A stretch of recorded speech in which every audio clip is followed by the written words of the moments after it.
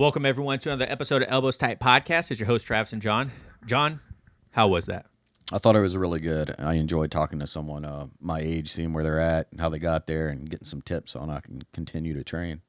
Yeah, today we have Sergio Hernandez. He is a black belt down in San Diego, California, under Baret Yoshida, and he's been doing jiu-jitsu probably about, he said 20 years now. Yeah. So started at, what, 26? He would have had to start around 24. Yeah, 24. Yeah. And great conversation. He is a high-level competitor. He's competed in EBI, on UFC Fight Pass. He's does a lot of local competitions, and he loves competing. His insight on competing and why he does it is great for anyone. Sergio is probably the first person that every answer he gave, he made sure to kind of put it towards the beginning practitioner. He kept saying, he's like, for the beginner, for people who are just starting. I thought that was really nice because it really lends to kind of this idea of the podcast, right? We were making it for the beginning practitioner. So for him to go straight from the get-go and talk about the beginning practitioner was nice. So what are some of the things we covered, John? We talked about some ways you can get ready for your competition, or at least the way he does it.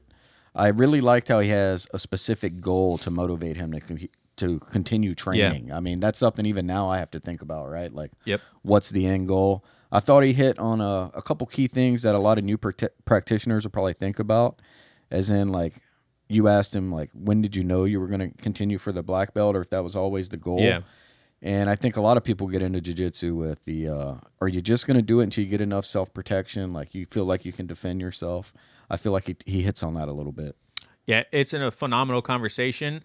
You could tell Sergio is very wise about his words and his thoughts, and it's really nice to talk to people that take the moment to understand, one, what our question is, and then two, to really deliver a valuable answer, not just, spitting something off the top of the head. So that was really nice to talk to him about too. So a couple housekeeping notes. Make sure that you guys go check out our Supercast. It's elbowstight.supercast.com for all our premium content. You get to skip this preamble and our ads in the middle of it.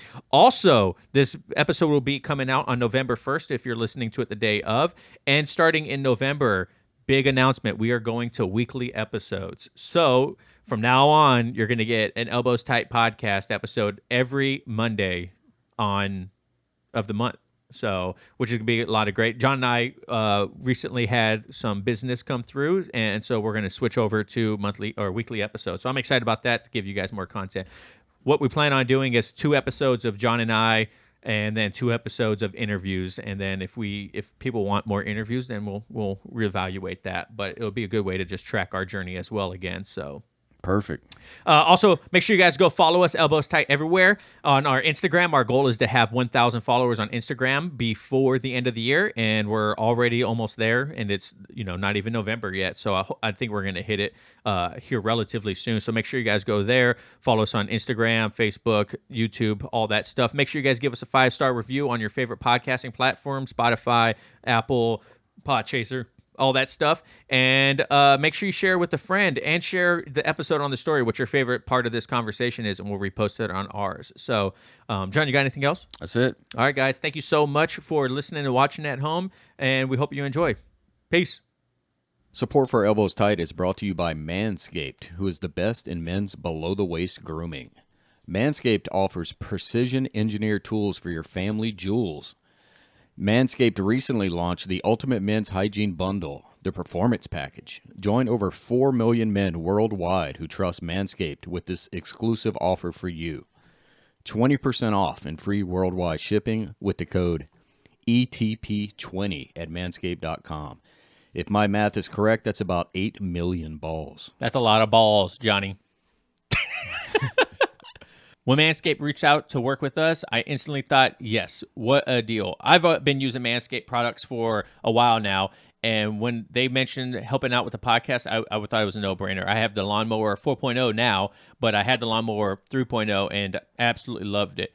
Also, most people think about Manscaped as just trimmers, but really they have ball deodorant, ball toner, the weed whacker, which is your favorite thing, right, John? Yeah, I love the weed whacker. Look, I'm about to hit like 45 years old, so I got hair growing out of everywhere now. So it's coming out my ears. I'm like, man, where is that weed whacker? It's definitely my favorite.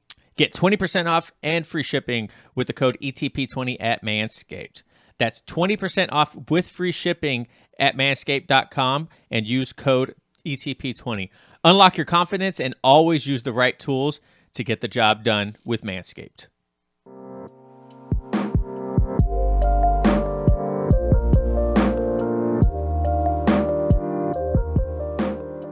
Sergio Hernandez, how's it going, man? How you doing today? I'm doing great. Thanks for having me. I really appreciate it. Hey, no, man. Thank you so much for coming on. Michael Courier set this up, helped us out setting this up, and he said nothing but great things about you. Literally, right after we got done interviewing him, he's like, man, you guys should get Sergio on your show. This guy would be a great interview to talk to. So I'm glad that we were able to make it happen and you were able to come on, man. So thank you for that. Yeah, he's a really good dude. I tattooed him a couple times, and he sits really tough. Doesn't move around at all when he's getting tattooed. So shout out to him. Yeah, that's not me. I start getting tattooed and I have to take like a 5-minute break after. Once that adrenaline kick punches in, I'm like, all right, hold on a second. I need like a Snickers, a Coke. Give me like 5 minutes and then we can get going again. That first initial adrenaline dump, I'm not good with that still. Some people pass out. Some people pass out from that adrenaline dump. But yeah, I talked to my buddy and he was like, yeah, you know, it's nice because you can recognize it. Some people, they don't even realize it and they'll be getting tattooed and all of a sudden they're just like, out in the chair. I've had someone get tattooed and I tell them like, hey, if you feel lightheaded, give me the heads up. And they don't say nothing. And then they start sweating and they don't say nothing yet. And then they fall. I've had someone fall flat on their face. Oh, yeah, wow. that was pretty scary. And then he started choking on his gum. Oh, yeah. no. And then his girlfriend started screaming like her boyfriend was dying. Help. And so holy crap. It was pretty theatrical, pretty dramatic, but he survived and we got to finish the tattoo. What were you tattooing on him? Where were you tattooing on him? Man, it was like on his wrist. A lot of times it happens on the wrist because, you know, like when you're a little, like in high school and they grab the wrist and then they let it go and then people pass out, like some weird thing that people were doing in high school. It's kind of, I think it's that type of thing, you know? I'm not going to lie. The wrist is horrible. Like that was... like all the how shallow it is right there and all your tendons and everything like that. When I was getting my wrist tattoo, I was like, this sucks. Yeah. Like, I don't want to continue with it. Yeah, it's one of those bad spots for sure. Yeah, so let's go ahead and get into who you are and everything like that and give people a little bit of a background on who you are as a person. Okay. So how'd you get into jiu-jitsu? Well, I was about 26 years old maybe when I got into it. And I started tattooing and I felt like I was already having some back pains and stuff. So I figured I wanted to do something physical to like, you know, keep me active. And that way when I go do tattoos, I'm not all like stiff, you know? And so I was watching UFC and they kept talking about like BJ Penn being flexible and all that. And I've always been really flexible. So I figured it'd be a good exercise for me. And also when I was young, my dad used to teach me how to box. And so I had about 10 amateur boxing fights when I was little. And then I was probably like 12 or 13. And so I always had like a competitive thing about me. And I liked, you know, martial arts and Bruce Lee and I used to watch boxing with my dad every week. So yeah, I think that's how it happened. First day of jiu-jitsu, it was with Baret Yoshida. And I've only had him as an instructor, and I went from white belt, first day of jiu-jitsu, all the way to black belt with Baret. So, I don't know. Dang. I'm pretty proud about that. Yeah, that's pretty cool. Yeah, I read somewhere that you were his first white to black. Yeah, I was the first one.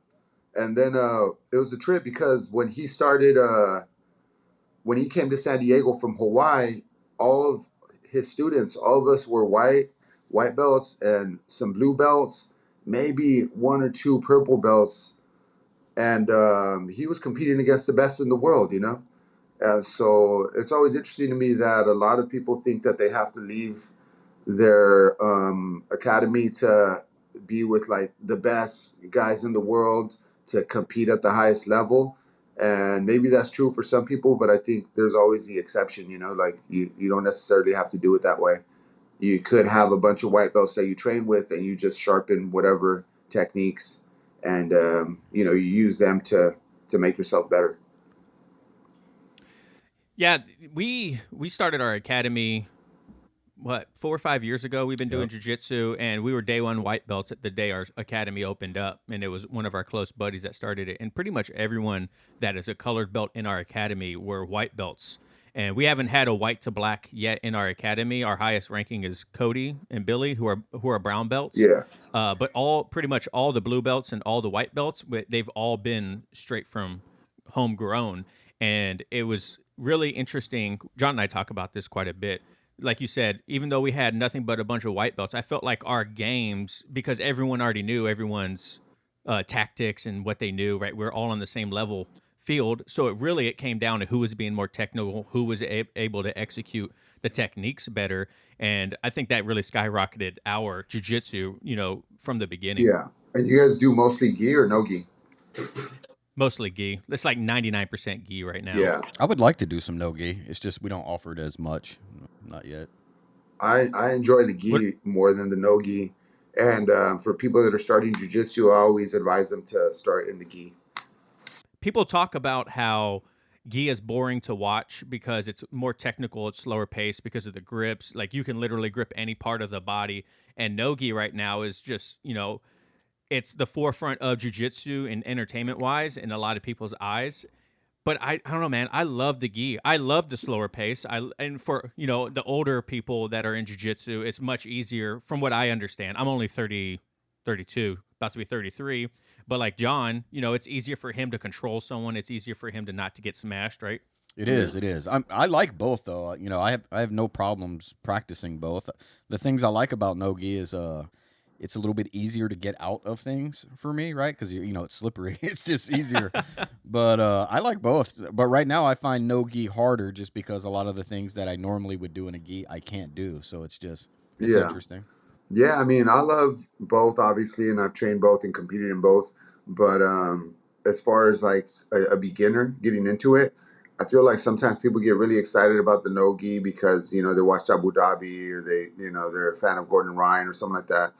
And that's great. But I think for longevity reasons, I think the gi is better because once you get some spazzy blue or purple belt that just learned how to do heel hooks and they go for your fucking knee, dude, and they mess up the first time you mess up your knee, and then that's it. Your jujitsu career is over. And career, I don't mean like professional career. I just mean like you're like your jujitsu journey basically is finished.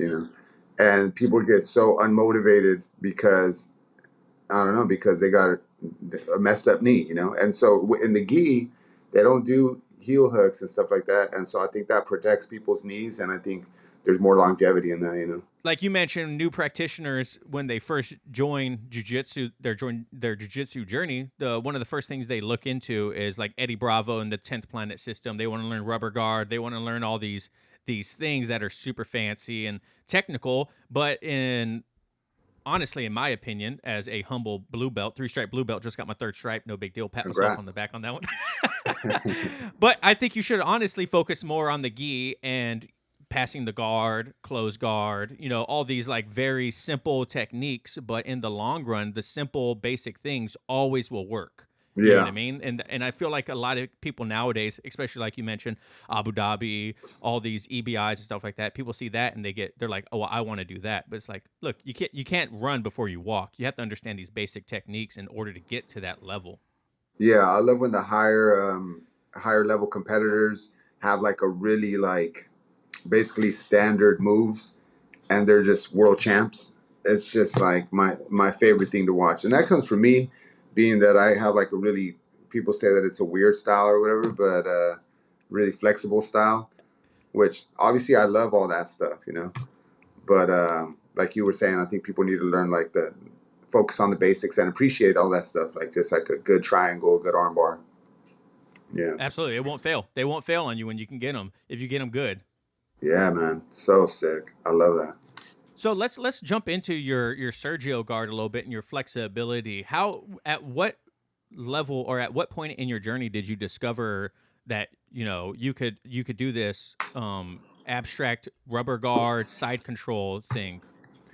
I think Barrett noticed when I was like, since I was a blue belt, but when I was like a purple belt, he would tell me to check out Imanari and check out a couple of just obscure jiu-jitsu guys, you know, and they were doing just inverted close guard and these different techniques like that.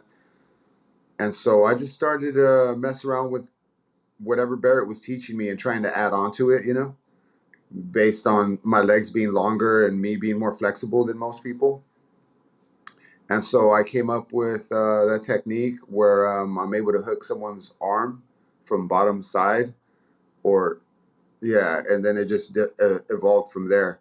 And so I even went up against Jeff Glover at some point. I think I was a brown belt at the time, and I was able to get him to that position, but my system was still like evolving, you know? Right. And so looking back at it now, I'm like, wow, that was some sloppy techniques, you know? And I mean, Jeff Glover's like one of my favorites, dude. He's so dope, you know? So I was just happy that I was able to compete against him.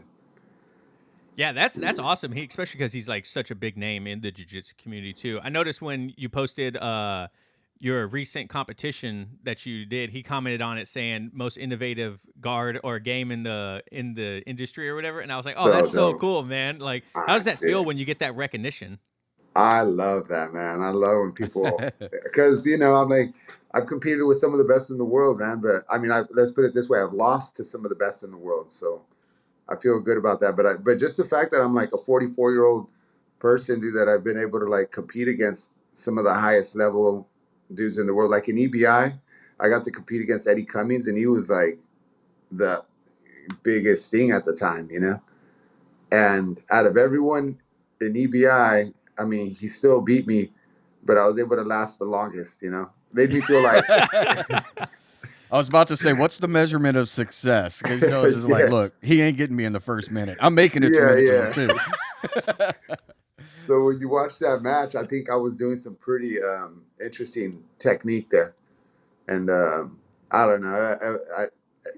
Eddie Cummings was on fire for that era, you know? And so I was able to compete against him, Gio Martinez, Bill the Grill Cooper. And these are like super fights. Like for me, I was just honored that somebody would like give me the phone call and be like, "Hey, we think you'd be a good match against these dudes." That's rad. I'm like, damn, of course, man. I want to do that. So have you competed basically since your white belt days? Oh yeah, since I was like 3 months in, Barrett was like, "Who cares? Just do a competition." Yeah, I've always competed. Every year I compete, and that's basically the only reason that's my only motivation to keep going to jiu-jitsu. If I didn't have a competition coming up, I probably wouldn't be training. You know, I'd train once a month or I train every other week. I usually want to have a competition lined up for myself. That way I could be at the gym more often. That gives you like a goal, something to work towards. I'm always like that. Even in I do artwork, and so even in artwork, if I don't have an art show set up for myself, then I'm not going to be making art, you know, because I'm just like, I'll get to it tomorrow, or I'm not motivated right now, or I'm not inspired right now. Having a deadline always, you know, puts the fire under my ass, dude, and want to like stay active, you know. That's good. Yeah. So what was your first competition like as a white belt? First competition as a white belt, I think the dude put me in like a fucking headlock, like a high school kid would, you know. And he just squeezed the hell out of my head. And he's going, ah! He has me in a fucking headlock. And I thought that was like some sort of submission. And so like I tapped. I was like, oh, you got me, you know? And I'm like, that's not even, looking back, I'm like, that wasn't even a submission, dude. He was just like, and so, yeah, I got beat. And then I had another chance to compete that day. And I think I ended up winning one match or something. But just that one W was like, wow, this is cool, you know, like it's a good feeling. And then you were hooked ever since, and you just kept competing. Just kept competing because Barrett always competed. Yeah, Barrett would do every single competition, dude. He would show up to like the smallest tournament, sign up, and be right there with the students competing every single time. That's cool. Yeah, so that was like a huge motivation for me because I'm like, man, my teacher's competing every single time. Why wouldn't I do it, you know? I've talked about that before. Like, I haven't seen that. We went through a couple instructors at our academy, and I would like to go watch them compete just because I want to see it at their level. You know, it's one thing to teach it to me. I want to see you do it at that level against somebody else that has that same skill. And to date, I haven't had the chance to do that yet, just because the local competitions they either don't go to or they're just not competing right now. So, you know, I've always wanted to see that. I just haven't. Yeah, I mean everyone's lifestyle is different. I'm not saying one's better or one's worse, but for me it was like a huge help to see Barrett compete. I mean Barrett's a different type of human being, though. You know, it's like there's very few people like him. So I'm pretty fortunate that I had him as an instructor. I didn't even know who he was when I first started jiu-jitsu. I just I was happened gonna to walk ask. in.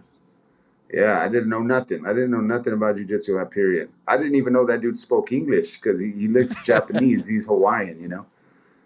And so I think I was like being so naive that I was even talking to him like in like, you know, when you talk to someone that's Like a broken English. foreigner. Yeah. Yeah. He's probably So I thinking, was this like, guy. pleasure to meet you, sir. So I thought that this fool wouldn't even speak like English, you know? And then he just looks at me like I'm retarded and he's like, yeah, could you just go down there and like basically shut the fuck up? I was like, oh man, so embarrassed. This is a nice academy. Thank you Yeah, so Yeah, much. yeah. bowing and shit. He's probably like, oh no, another one of these. Yeah, He's like, I appreciate the courtesy. Could you get in line? Thanks. yeah, exactly. So Yeah, and I that's had what thing I. dreadlocks. Oh, you had dreadlocks? Oh, I'm sorry. Yeah, I had dreadlocks too, and so like the couple days in, one of my homie Milan that's training with us was like, yeah, dude, if you want to take jiu-jitsu serious, you got to cut those stinky ass dreadlocks off your fucking head. It's really gross. So I did, you know. Yeah. That's so funny. I've never met anyone with dreadlocks. Yeah, we have. We had and it's funny Oh you yeah, say we that. did. Yeah, we did. Because when I'd partner up with people that had dreadlocks or really long hair, I would feel bad sometimes reaching into their collar because I was grabbing all that hair. Yeah, And I was like, man, then I was like, fuck it. They got their hair long. They're just going to have to deal with it because there's their no way for me fault, to get dude. around They it. got to shave their head. Yeah, same thing with big beards. I've rolled with a guy before where I went straight into his collar, grabbed beard, and I was like, I'm so sorry for this, but it was in the way. Like I'm not gonna Yeah. not grab your collar because to be nice to you, but like maybe you should like put it in a ponytail or something. Yeah, he So tapped out when to it- the beard hoon.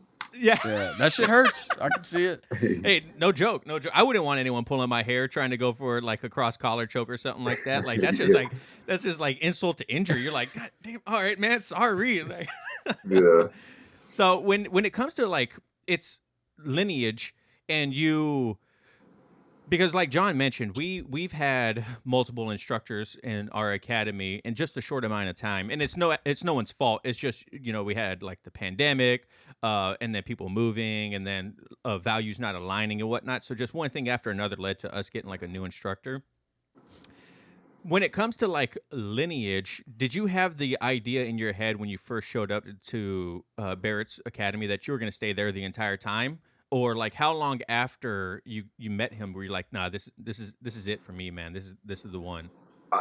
my initial goal was just to be able to get to blue belt, and then I was gonna stop doing jujitsu.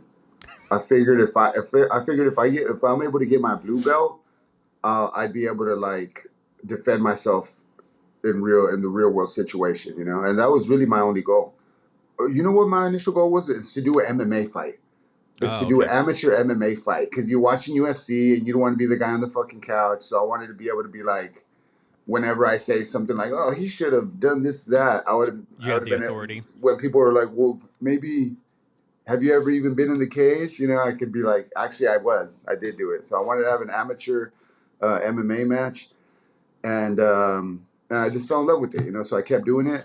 But yeah, the thing about lineage, it wasn't until I was maybe like, I mean, as soon as I got my blue belt, man, like after that, I just loved and respected Barrett so much that I thought to myself, if I wasn't training under Barrett, I probably don't want to do jiu-jitsu.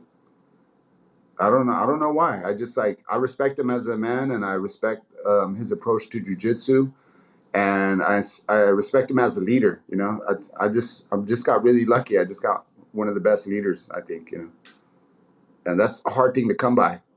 And as a student, it's such a, you putting yourself in such a vulnerable position, you know, because in a sense you're humbling yourself, you're subjugating yourself almost to someone. Mm-hmm. And so the instructor has a huge responsibility to be a person of like that his students could respect, and that they could look at him as like him or her as like a good leader. And I don't know, man. It's just like a strange dynamic, you know. And sometimes students are so eager and they're such good people that they're willing to subjugate themselves to some person that's a piece of shit, and Yes. that bums me out. You know, I don't like that. I'm like, dang, dude, like for someone to be a black belt, man, and you're just kind of an asshole, like, or you're shady or you do weird shit. Like, I don't know, man. That's another thing that I got lucky, bro. I got lucky. No, it's true though, because when you first start jujitsu, like you don't fully understand like the black belt and the meaning behind it when you first start. But 2-3 months into it, you start to understand what a black belt is in jujitsu, right? You start feeling the wizardry that comes along with it and whatnot. But then you Yeah, kind of get blindsided by that black belt, and you don't realize if someone is a good person or not, because you're so naive to the whole community and whatnot, you know. yeah, And so it's hard for people to understand, and I'm sure there's others out there that don't even realize that their instructor probably isn't the best one in the to be with, or they should leave the academy because it's a toxic environment and things like that. What are some cues that you could give someone to know that, hey, this probably isn't the best place for you? I would say, however, that instructor treats, however he treats the like the white belts, how he treats the women, how he treats people in the day-to-day life. Also, how he treats his jujitsu. Does he have too big of an ego to where he or they don't want to get? I don't know. Sometimes I feel like certain black belts have too much of an ego where they don't want their students to see them be vulnerable.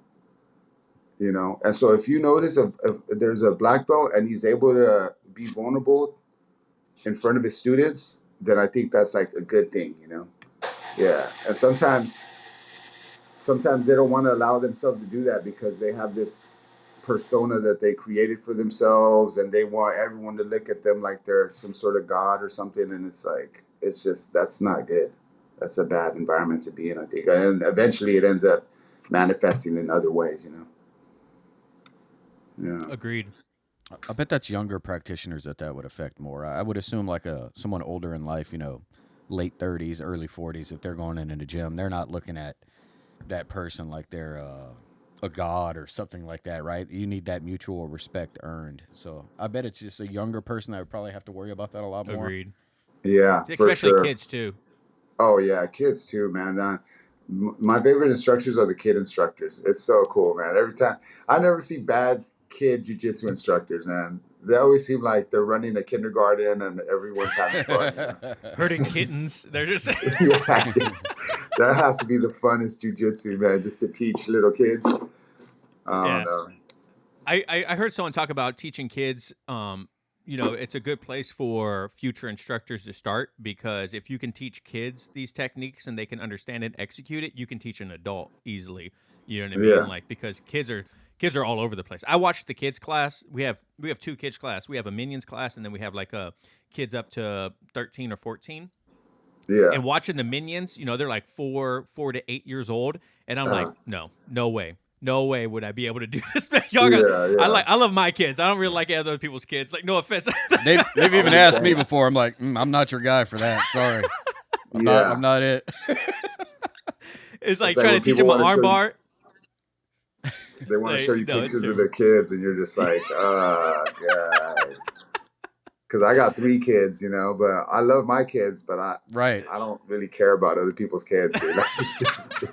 Hey, yo, it's the truth, man. It's the truth. So it's funny Yeah, you mentioned that too, because I'm not a tattoo artist, but I have quite a few I have sleeves and my torso and stuff.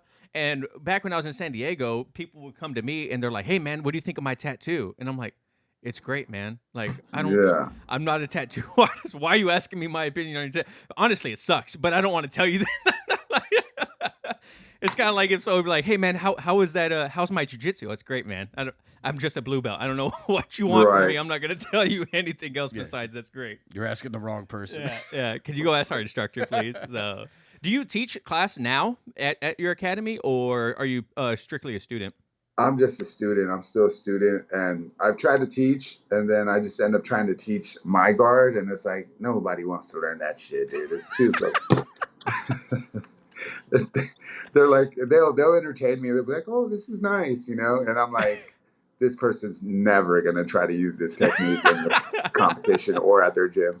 But once in a while, I teach my techniques, and people send me videos like, "Hey, dude, I've been using Sergio Guard, or I've been using what you taught." And that's the coolest feeling, because I really. Oh, have you noticed that the buggy choke is pretty Yeah. popular? Mhm. Okay, cool. So a couple years ago, nobody was doing the buggy choke, dude, and now there's like all these tutorials and people making Yeah. videos. So I really hope that in the future there'll be like some people that use some of the techniques that I feel like I came up with, and they apply it to their jujitsu, and there'll be like some sort of tutorial showing people that are excited about using my techniques. Yeah. That'd be When sick. did the buggy choke actually start? When was the first time you saw the buggy choke? Because it's funny how these things make a rounds to being popular again, but it's been around for a long time. I'll be honest with you. The first time I seen it used was my buddy Tyler, and he was doing it at the gym. And I don't know if he invented it or not, but he was the first person that I seen use it, and he was my training partner. And he's a badass dude. He trains at Entram and TJ right now, and he's a Baret submission student. And he's Canadian, and he's really he got some really cool techniques, man. So, but yeah, that was the first time I seen it, and then I seen the twins use it, and after that, it blew up. Everyone wanted to be doing the buggy choke. Yeah, it's funny watching people do it in MMA right now because a quick way to get out of it is forearm across the chin and just slam them. You know what I mean? Yeah, Like, so we were watching an MMA fight UFC. What was it, a couple of weeks ago? Yeah. And a guy, he was a 145er. He tried to hit a buggy choke in the match, and I was like, that it's not locked in. Like, and all the commentators were like, "Oh my God, what is this submission?" And Joe Rogan was like, "It's a buggy choke." He's like, "But he's not doing it right, so he's not going to get. He's just wasting energy right now." And I was yeah. like, "Yeah, there's like so much space in that buggy choke right now." In your game, do you feel like there's certain techniques because of your flexibility that they don't work as well as other people? I feel like you got to be flexible to do what I do. Yeah, is that what you're asking? No. Are there things that you have a problem doing that other people usually don't because of like your body's type or like your flexibility? Or is there anything that kind of gets inhibited because of that? I mean, the only thing that gets inhibited is my wrestling is dog. It's really bad. My wrestling is really bad. I'm like skinny and lanky, and I got asthma and allergies. I'm just a sickly old man, dude. But Yeah. but as far as it being a hindrance, yeah, that's the only thing. I ain't got no muscles on me, man. I'm just all skin and bones. You just pull guard, say whatever, take it. I don't even. Yeah, exactly. It's not the best for Abu Dhabi ADCC's rule set, but Right. I want to keep competing though. I did Masters 3. I won one match and then I lost my second match, but I don't know. I'll always compete, man. The last match against JP that I posted about, I wasn't able to submit him, but I was able to get the win. And I hadn't trained in like a month because I had a staph infection. Then I was on Oh. vacation, and the day of, I had food poisoning. Oh It my was gosh. crazy. Like it was least confident I've ever been in a match. And he's a lot younger than me, and he trains at Atos. So I love that win. That was one of my favorite wins. I was able to win in front of my son too, so that's Oh, that's really cool. rad. Yeah, dude. Are your Yep. kids in jujitsu? Yeah, my son's 13 and he's been training. But he started getting a little bit lazy with his training, and then he competed and he got smoked. Ooh. And so I'm like, hey, dude, you got to start. If you got a competition coming up, that hopefully that's a lesson that you can't be like you know, just part-time in it. You got to like really train to be able to compete properly. But Any it was a bad special? example because I just trained. I just competed and was able to win, and I fucking didn't train at all for it. So Like, try not to be a hypocrite. Like, yeah, but that's not. But you should train more. yeah. Any mental preparation before you compete? Music, meditation, anything specific? Usually, I like to have like a little shot of whiskey before the night before, you know. All Yeah, right. but I want to be as like relaxed as possible. So I just try to think that no matter what, it's not a big deal. It's like it's not a big deal. Like I don't know, but I still get anxiety. I still get like all worked up right before the match, and I'm driving to the competition, and I'm like, Why did I like sign being by up for this? myself. I like being by myself. Every time I have like my friends that are traveling with me to the competition, I'm already in my own head, you know, about the whole situation. And then to have 3 or 4 other conversations, and then, hey, should we stop here to get food? I don't want to talk to anybody, dude. I want to just listen to my music or to some podcast and just think about how the competition's gonna go, you know, like. And it's not like I'm all like terrified, but it's just like it's like smoking too much weed or something. You just like too many thoughts in your head, you know, like. Get paranoid. Yeah, I just want to be left alone for the most part. What's on your playlist? Oh man, my playlist is all over the place, man. I have so many things on there, but if I had one go-to thing, it's probably like Griselda records or something like West Side Gun and that type of stuff, you know. I don't And know. They just put out so many good albums lately. do you just put your headphones on when you get to the competition and still zone out? Or are you kind of like warming up by yourself, doing flow rolls? Like how does that act once you get to the competition? How does your preparation continue? When I get to the competition, I usually just I want to hear the environment, and I want to hear people screaming, and I want to hear the jiu-jitsu match in front of me, and I've never worn headphones at competition. And I don't usually do like practice roll before the competition either. I'm usually just stretching out a lot, just stretching out. And then right when they're like in the bullpen, that's when I start like jumping around and start getting amped up, you know? Football is back, baby. We're back to seeing Mahomes sling beautiful balls all over the field. And your friends at Manscaped are here to help you sling your beautiful balls all season long. With Manscaped's state-of-the-art tech, we'll have your weapon looking more loaded than the AFC West. Football may be rough, but your ball care doesn't have to be with Manscaped. Join the 6 million men worldwide who trust Manscaped by going to manscaped.com for 20% off plus free shipping with the code ETP20. At Whiteout and the clearest duo in the league, the ultimate premium body wash and ultra premium 2-in-1 shampoo and conditioner with their rugged scent. They attracted both the ball and all the ladies in the crowd. Plus, these two leave your skin and scalp feeling more hydrated, and that means plays on the field and less water breaks. You know what I'm saying? On defense, there's only one thing you need: the aluminum-free, ultra-premium deodorant. With the refined cologne quality fragrance, it keeps sweat and the locker room scents from making any ground. Plus, it dries clear, so the opponent won't even know what hit them. Kind of like the ball deodorant. This has got to be a Super Bowl winning roster. Please don't take my word for it. Go to manscaped.com and get 20% off and free shipping with the code ETP20. That's 20% off with free shipping at manscaped.com when you use the code ETP20. Manscaped, for turning your player into an MVP. Thanks, Manscaped. So let me ask you, is the goal submission? The Is that all goal is you're thinking? always submission, but it was always submission. And now the last couple of years, I'm like, let me try to figure out to get a W one way or another, man, you know? Because I used to hate when people would get like an advantage and then they would stall. And that's just been like my jiu-jitsu competition career has always been like someone getting an advantage and just stalling out. And everyone's so like, I don't know, man. Like, I don't like it. It bums me out. It really does bum me out that's what competition is. Like, even in boxing now, you know, everyone like tries to win a round. Mm-hmm. And back in the days, I mean, I remember watching boxing and fools would like go toe to toe.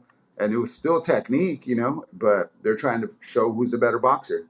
And in jiu-jitsu, it's not really, I mean, the essence of jiu-jitsu is getting to a submission, right? And so it's a little bit frustrating to see so many competitions won by stalling or by advantage. And no one ever like calls it out like it's something negative. And I think, I don't know, man, like I want to have like a style that I can have pride in, you know, that, and I don't know, I don't want to win like that. I don't ever want to win that way. I want to have an interesting match, and I want to try to be going for the submission, you know?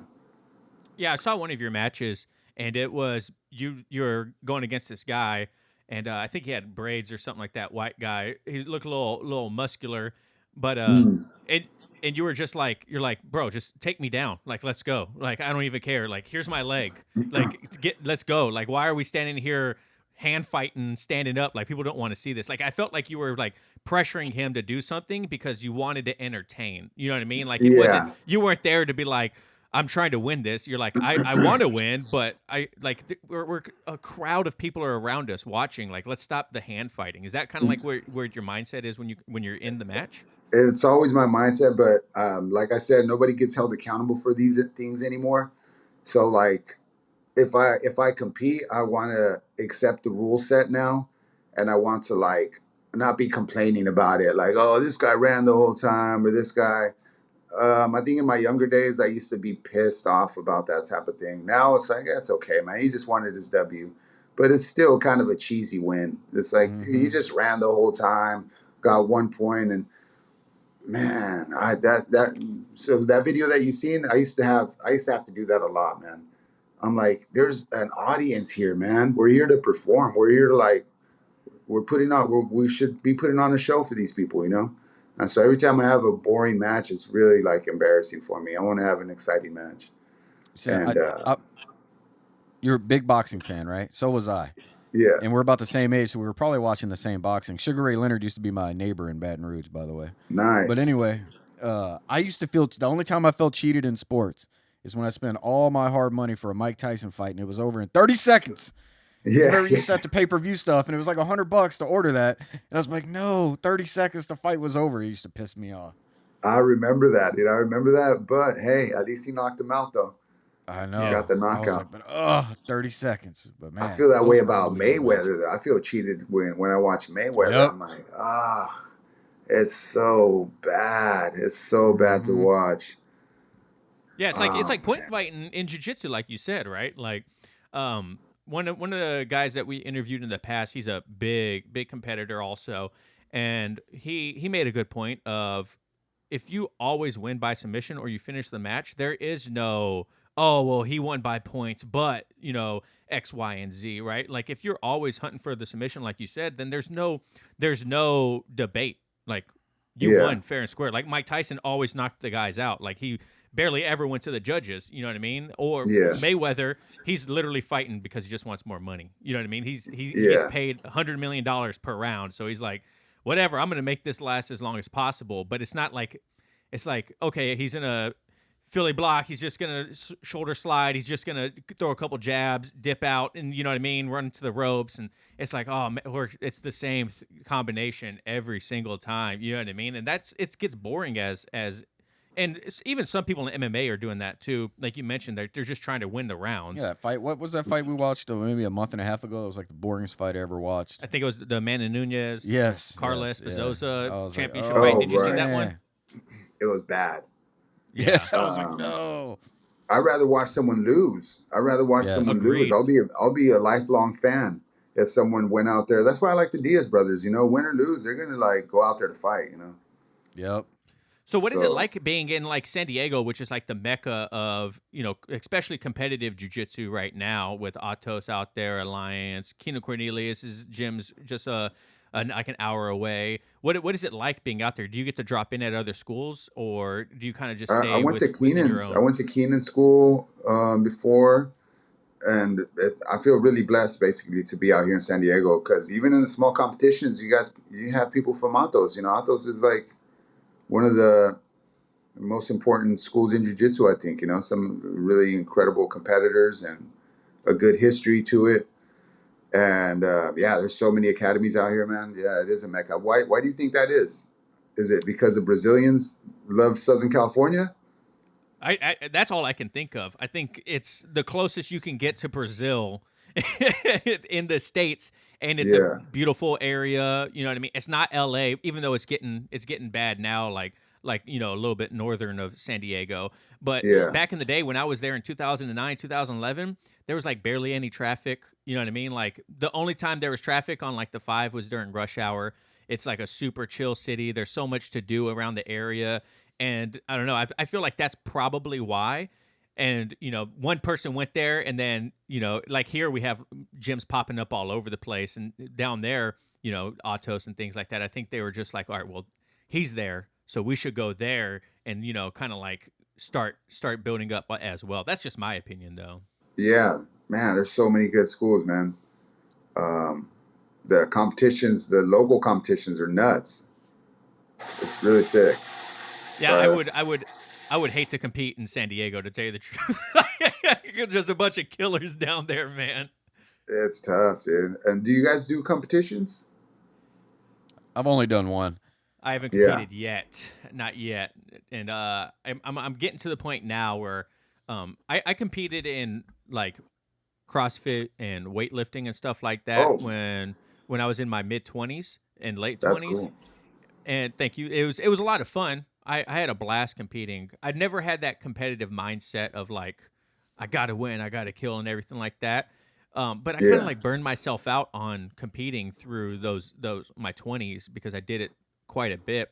And so now I'm like, I don't really want to go hours on end to a local competition, roll with 4 or 5 people, and then risk losing my 401k because some guy goes crazy on a Kimura, snaps my arm or something like that. So that's like there's my mindset now is completely different. Yeah. Because there's more to lose if I get hurt because someone is going buck ass wild on me. Yeah, no, for sure. And there's probably less competitions where you're at than in San Diego, Yep. right? Oh Yeah. yeah, yeah. I think there's like maybe one a month, maybe. Yeah. Yeah. Oh, here there's competitions like all the time. So I was fortunate enough to not really have to do much to like, it's just like a 10-minute drive and you get to compete, win or lose. I get to go to work afterwards and everything's okay. Yeah. I Well, didn't risk anything. when you mentioned earlier, you talked about how you've been tattooing for how long? I started my apprenticeship about 20 years, Oh, 20 okay. years ago. Yeah. So you started jujitsu basically around the same time you started tattooing. Yeah. That's Wow. cool. A little bit after, but yeah. Do you feel there is any correlation between jujitsu and tattooing as like an art form, as a creative person, right? Like you obviously you do incredible tattoos. I love your style. I'm a traditional guy. All mine are like neo-traditional tattoos. And so I got Thanks. stars and dots and on my arms and everything like that, like an old school sailor. Do you feel like there's any correlation between the arts? Yeah, I think the learning curve is very similar. You gotta, and also the fact that in jujitsu you gotta be able to humble yourself to be able to like advance to the next level. I think in tattooing it's the same thing. If you just started tattooing and you think you're a hot shot right off the bat, then you're never gonna progress. And so even me now, I've been tattooing for a long time, but I still feel like I'm getting better and better. And I think in the next 10 years is when I'm going to be doing my best tattooing. So as soon as you don't wake up motivated to become better, then I feel like you're just going to start going downhill. Yeah. So I started off as a white belt in tattooing and I thought I thought myself as that too. And so no one's gonna give you like a belt in tattooing. It's just in tattooing, everyone's constantly telling you how amazing you are, no matter how Right. horrible you are. And so the difference between jujitsu and tattooing is that in jujitsu you can't freaking lie about it. And you could think you're the greatest blue belt ever, but if you haven't competed and beat anybody, then I don't know. It's like show me, prove to me why you're a good blue belt.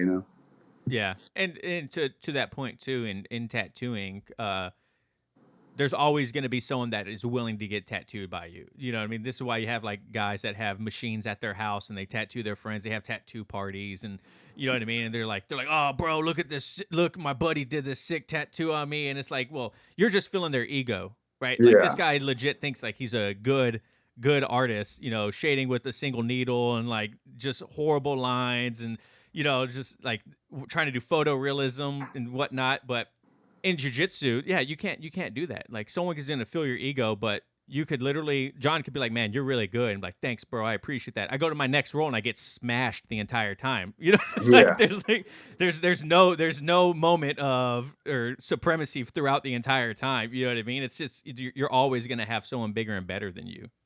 And how do you feel about when you roll with higher belts? Are you trying to take them out? I mean, obviously, right? I don't know, man. Tell you the truth, John and I know they don't like it when you wrist lock them. You got in trouble for that? He did. I mean, I guess. Yeah, he wrist locked our black belt when he first showed up at the academy, and he looked at John mid wrist lock, stopped and said, the roll. Oh, so we're doing prison rules. Yeah.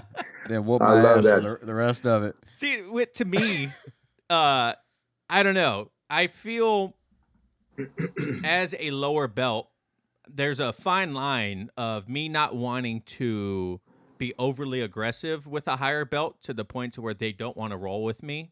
You know what I mean? Because I feel there's a lot of value in rolling with upper belts. But at the same time, I feel that when I do get to a position where I possibly had a submission or something to show a better skill set of mine, I kind of over respect the belt. You know what I mean? Like I'll stop and I'll just kind of like hang out there. And right. Is that for only for black belts, or is that also for like? Would you do the same for purple belts? No, I think it's just black belts. Yeah.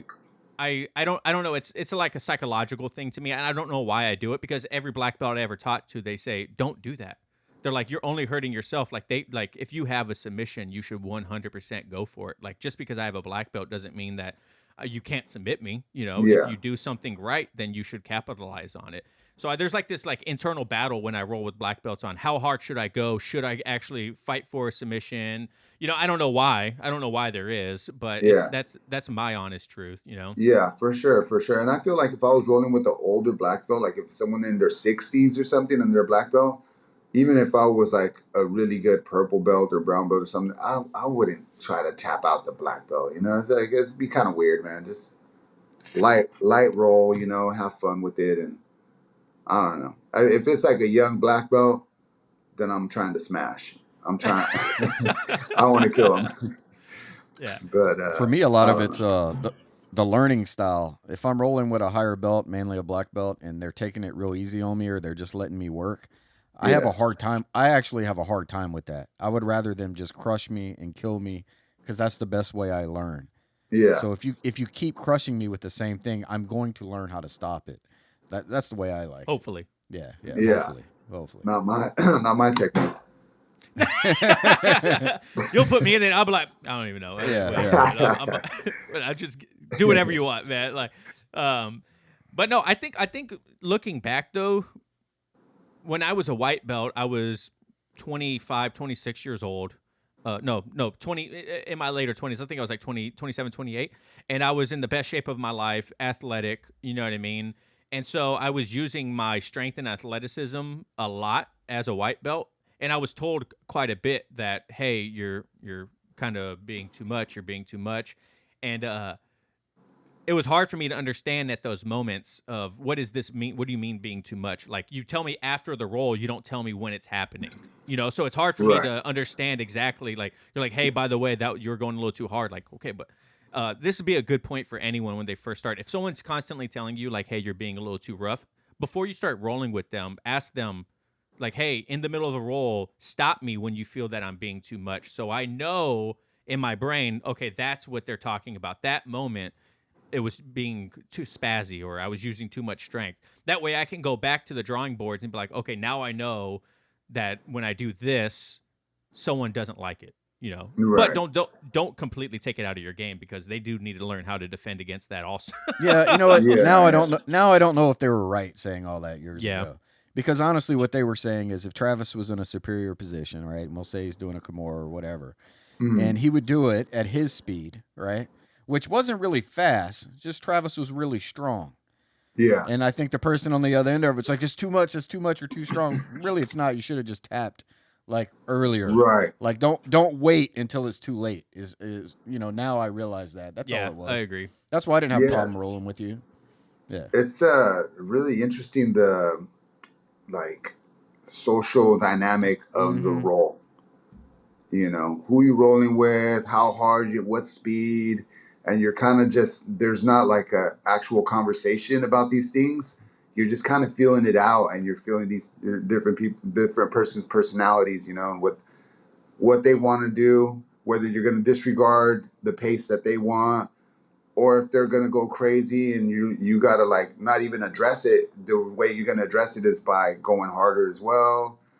So I've always enjoyed trying to figure out that dynamic, you know, like when you're visiting an academy, does the instructor want to roll with you? Does he not want to roll with you? Or is everyone in the school looking at the academy looking at you like they want to kill you? I've had that before too. I'm like a guest somewhere, and like they try to put me through the fucking meat grinder, you know, like that's kind of weird too. But yeah, there's so many unspoken social dynamics when it comes to jiu-jitsu that I don't know why it's not put out in the forefront more. But, you know, to your point, there's also these people out there when we like to drop into schools because we like to interview people in person. But we haven't done it in a while because we've been so crazy busy and whatnot. And with the invention of like, you know, Zoom and Riverside, it's a lot easier to still talk to incredible people like you and you know, get these conversations going. But when we do drop in at schools, yeah, sometimes I dropped in at a local school and I was rolling with another white belt when I was a white belt. And this guy was on the sideline, I think it was like a purple or brown belt, was coaching this white belt when he was rolling with me. And I was like, look, dude, I'm not here to dojo stomp or like prove that I'm a superior white belt. I'm doing this because one of my buddies is a black belt here. And he said, you come to my academy and train, I'll do your podcast. You know what I mean? Yeah. And so I'm getting like coached, like my opponent's getting coached and like trying to smash me and whatnot. And I'm sitting there thinking, dude, you're going to do whatever you want because I am not down for this. This is not what I'm here for. I promise. Like, go ahead. He got me with an Ezekiel, right? I wasn't really fighting. I didn't know at the time. I didn't know how to defend an Ezekiel. But after he got the Ezekiel on me, the guy on there was like, yeah, that's right. I was like, bro, what? I don't understand what's going on here, man. Like, this is so weird to me. And he said he wouldn't go on your podcast unless you went to his academy. Yeah. He said, "Hey, come drop in. I'll do your podcast." And I was like, "All right, that's fine. Like, I'll go there and hang out and learn some technique and whatnot." And what's funny is when he rolled with me too. He's a black belt, and after our roll, he got me with like a knee bar within like 10 seconds. Yeah. You know what I mean? Obviously, and he told me afterwards, like, "Yeah, I could tell that." Which was so weird to me. He's like, yeah, I kind of went a little bit harder and faster on you because I felt like you were going to try to be more aggressive on me. And I was like, no, why would I do that? I'm not even here for that. Man, like, when did I ever give you that like feeling, you know? Yeah. Jeez. So how do you how do you like approaching dropping in at other academies? I didn't do that till I was like a brown belt, maybe.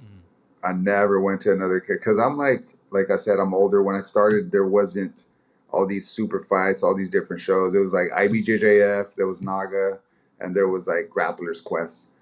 And there wasn't, no one had Instagram and all that shit. So there was like, you didn't know what everybody was doing. So I didn't want to go drop in at a school and it might be people that I'm going to compete with in the future. And I didn't want them to see any of my techniques. So I just wouldn't visit anywhere. And I have good training partners. So if I'm going to do jiu-jitsu, I want to contribute to my team by being there to every class that I can be at. And so, I don't know. I'm a little bit different when it comes to that.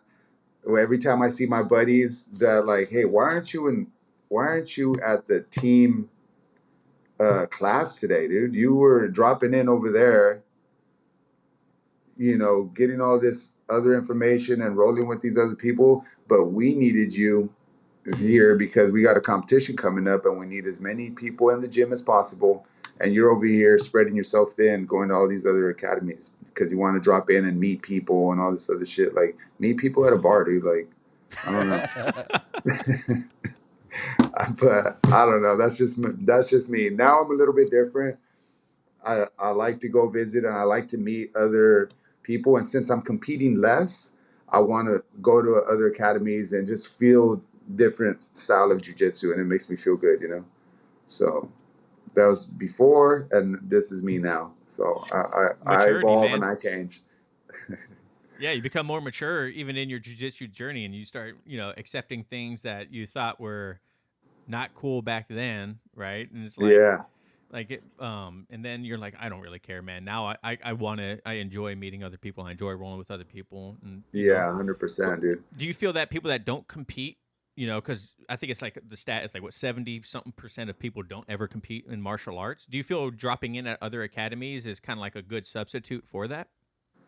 Yeah. Oh, for sure. To know where you're at, 100%. Yeah. And I like doing that now because I don't compete as much. So I like, but then I think you're giving yourself a false sense of like where you're at when you do that because of those social dynamics that we were talking about earlier. A lot of times you're like, oh, heck yeah, I was able to tap out that purple belt, dude. And you're like, well, maybe that day that purple belt wasn't top of his game. You're not in a competition. And maybe he was trying to go easy on you. And there's all these like little things that come into it, you know? So it is helpful, but I feel like you can't really get a sense of where you're at until you actually compete, you know? That's just, I feel like it's a truer sense of where you're at. Yeah. Great, now I got to compete, man. Yeah. Yeah, you should do it, man. It's fun, you know. But like you said, everyone's lifestyle is different, so it's hard. It's hard to like have one blanket approach. Right, Yeah. right. You got to be flexible in your journey.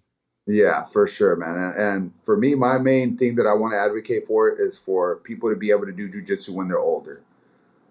And so I want people to go at a pace in their jujitsu journey where they're still doing jujitsu in their 60s and 70s. And so sometimes when you go too hard on the competition aspect of it, and that becomes too much a part of your jiu-jitsu journey, as soon as you're not able to compete in jiu-jitsu, then you just fall off and never really train again. You know, I've seen that happen as well. So it's just finding that right balance, I think. What tips do you have? You got any? Tips for people having longevity, I would say focus on the gi and try to just try to keep a good pace. Just try to keep a good pace. Sometimes people fall in love with jiu-jitsu so much that they want to be there every single day. And maybe that's not the right pace for you. Maybe you should do 3 times a week or something, and be humble and respect the lower belts, and then get some motivation from the lower belts, you know. I think the biggest motivation for me is seeing the white belts show up and be so excited to learn techniques, you know. And sometimes I walk in there and I'm jaded and I'm like, another day in jiu-jitsu, whatever. And then I see some young dude that's not even a young guy, but I'm saying someone that's new to jiu-jitsu and they're so excited.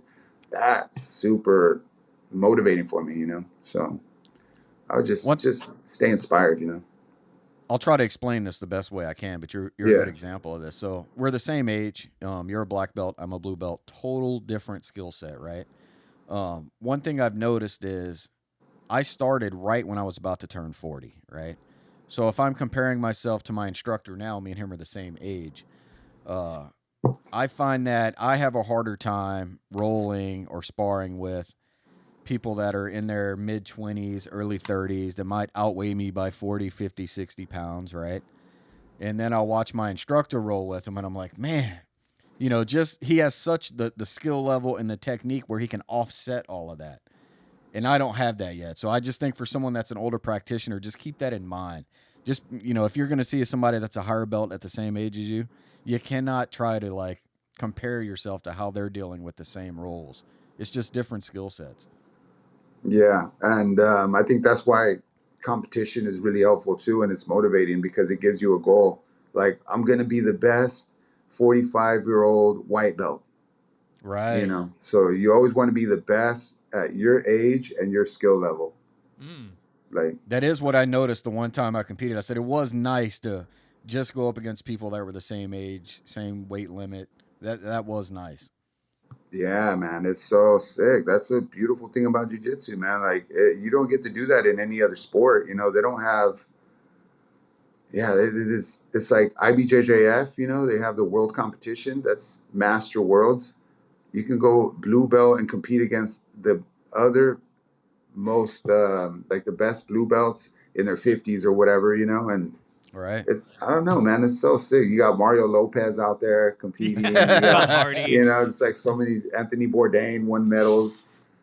What's that guy? Tom Hardy or something? Like, Yeah.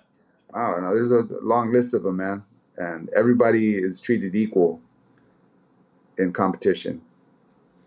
Yep. Doesn't matter your sex, your sexual orientation, religion, anything like that. When you both step on the mat, there's a mutual combat respect that like this. You guys are there to find out who's the best in this discipline, and it's really cool because there's not a lot of other things in life where that community is as strong. You know what I mean? Like it's cool to build that relationship with someone going through the hardship of jiu-jitsu, or building that bond and that trust of the tap. You know what I mean? I feel like the understanding of what a tap means is much beyond of you're letting them know, like, oh, you got me. Like there's more psychological to it, and building a friendship with it. Like, hey, I know this person will release me from this hold once I give them the tap. You know what I mean? Like there's that trust that's built there. And unfortunately, there's a lot of people out there, especially on social media, that'll post funny videos of someone tapping and then them holding on a little bit longer, or accidentally putting a student to sleep during a technique or something like that. And it's really hard to build that trust back for that lower belt, because most techniques are done on lower belts, right? So if they're on social media now getting made fun of because they passed out during a choke or a bow and arrow or something like that, there's a lot of respect that needs to be rebuilt there. Yeah, dude. Especially even in competition, sometimes people don't let go of arm bars or heel hooks, or crank them like 0 to 1,000 real quick. Yeah, dude, that's really fucked up, man. And I don't want to do that shit. That's all bad. Yeah, but absolutely. I'm healthy. I'm still here, so, and I would never like do that to anybody. That's cool, man. Yeah. Well, John, you got anything else, man? Can you give us one tip for someone that's brand new to the jiu-jitsu lifestyle? Something that would help them with their journey? I would say do steroids and do a lot of steroids, and you're gonna get really strong, and you're gonna be able to beat everyone. That would be pure entertainment factor. All white belts walking in looking like Gordon Ryan. No, I'm just playing. No, just be humble, man, and be a good listener. I would say, no, shut your mouth. Shut up. For all the young students out there, just shut up, dude. Like, stop commenting every technique, everything that the teacher's teaching. You have something to say. It's like, bro, just tone it down. Like, just try to do the technique. Or just, I don't know. That's it. Just try to be a good student. Try to be a good student. Try to be humble, and try to be quiet. Can you elaborate on what makes a good student to you real quick? I think a good student is someone that's able to humble themselves. That's the most important thing. And trusting your instructor. But, you got to find a good person that you can trust, right?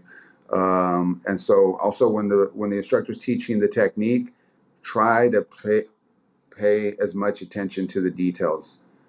And I think that's the hardest part of being a student, is you just like, you don't really understand why that arm has to be there and why you got to grab the sleeve this way or that way. But your instructor is saying something very specific. So you got to try to understand these small details and just trust your instructor. Even though it doesn't make sense in your head, just trust your instructor, and know your left from your right. Mm. A lot of people, they're like, use your left hand. And then Baret will be like, is that your left hand? Oh, well, that's your fucking right hand. Why the fuck are you using your left hand? I don't know. It seems like that people get like nervous if Yeah. they forget their left from their right. That's funny. Yeah. Hey, Sergio, well, thank you so much for coming on the show today, man. This was a blast, a great conversation. I feel there was a lot of good nuggets in there for the beginning practitioner to, have fun in their journey about competing and, longevity and whatnot. So thank you so much for your insight. Yeah, I appreciate you guys having me, man. It's good talking to you. And when you guys come to San Diego, please come visit. Absolutely. And stop by the tattoo shop. I'll hook you guys up too, man. Absolutely. Hey, so if people want to follow you, where can people see you? Well, my Instagram is Splurgio, SPLURGEO, and that's usually where I post all my jiu-jitsu and my tattoos and stuff like that. And that's about it, Yeah, I got a movie coming out. It's called Hellbound Boys. Saw that. I wrote and directed it. So if you guys see that out and about, try to watch it whenever it comes out next year. Absolutely, man. All right, guys. Thank you so much, Sergio, for coming on. Thank you, John. Remember, no oil checks here. It was All right. Thanks, guys. Peace.